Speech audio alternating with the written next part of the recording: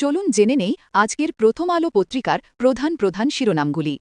টাকা চাওয়ার তদন্ত হবে। মানবতাবিরোধী অপরাধের এক আসামিকে জামিনে মুক্ত করার জন্য ১ কোটি টাকা চাওয়ার অভিযোগে একটি তথ্যানুসন্ধান দল গঠন করা হয়েছে। আন্তর্জাতিক অপরাধ ট্রাইব্যুনালের প্রধান কৌঁসুলি মো. আমিনুল ইসলামের নেতৃত্বে ৫ সদস্যের এই দল গঠিত হয়েছে।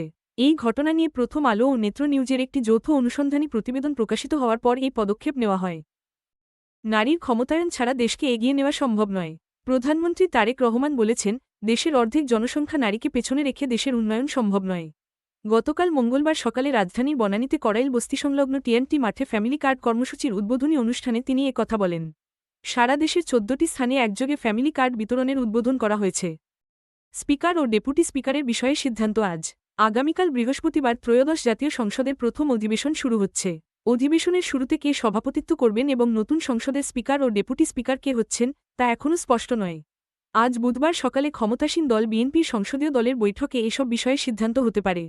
সংসদ নেতা ও প্রধানমন্ত্রী তারেক রহমানের সভাপতিত্বে এই বৈঠক অনুষ্ঠিত হবে। জ্বালানি তেল আমদানির উৎস বাড়াতে চায় সরকার। মধ্যপ্রাচ্য সংকট পরিস্থিতিতে চুক্তির বাইরে ভারত থেকে বাড়তি তেল আনার প্রস্তাব করা হয়েছে। কম দামে ডিজেল কিনতে দরপত্র ছাড়াই তেল কেনার চিন্তা চলছে। জ্বালানি ও খনিজ সম্পদ বিভাগ মনে করছে, মার্চ মাসে জ্বালানি তেলের সংকট হবে না। তবে যুদ্ধ দীর্ঘস্থায়ী হলে আমদানি ব্যাহত হতে পারে এবং জাহাজ আসার সময় পিছিয়ে যেতে পারে। মার্চ মাসে ১৬টি জাহাজ আসার কথা এবং প্রতি জাহাজে ২৫ থেকে ৩০,০০০ টন তেল থাকার কথা। গতকাল পর্যন্ত ৬টি জাহাজ এসেছে এবং ১৩ই মার্চের মধ্যে আরও ৩টি জাহাজ আসার কথা রয়েছে। এছাড়া ৩১শে মার্চের মধ্যে আরও ৭টি জাহাজ আসবে, তবে এখনও সূচি চূড়ান্ত হয়নি। এবার ট্রাম্পের বিরুদ্ধে পাল্টা হুমকি ইরানের।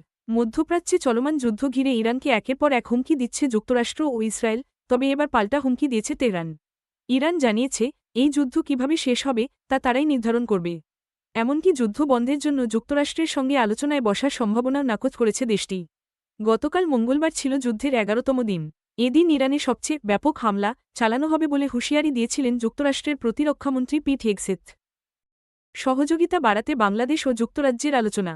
বাংলাদেশ ও যুক্তরাজ্যের মধ্যে বাণিজ্য, ব্যবসা, শিক্ষা ও বহুপক্ষীয় সহযোগিতা আরও জোরদার করার উপায় নিয়ে আলোচনা হয়েছে।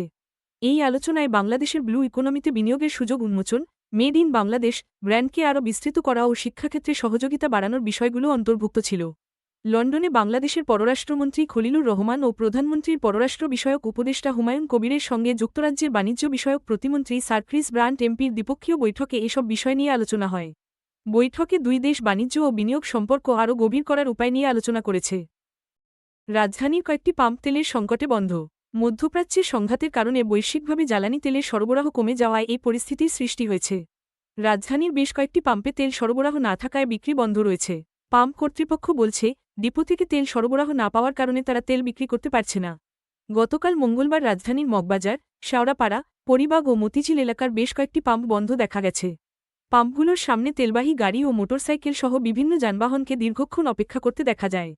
অন্যদিকে কিছু পাম্পে তেল পাওয়া গেলেও সেখানে ক্রেতাদের দীর্ঘ লাইন দেখা গেছে।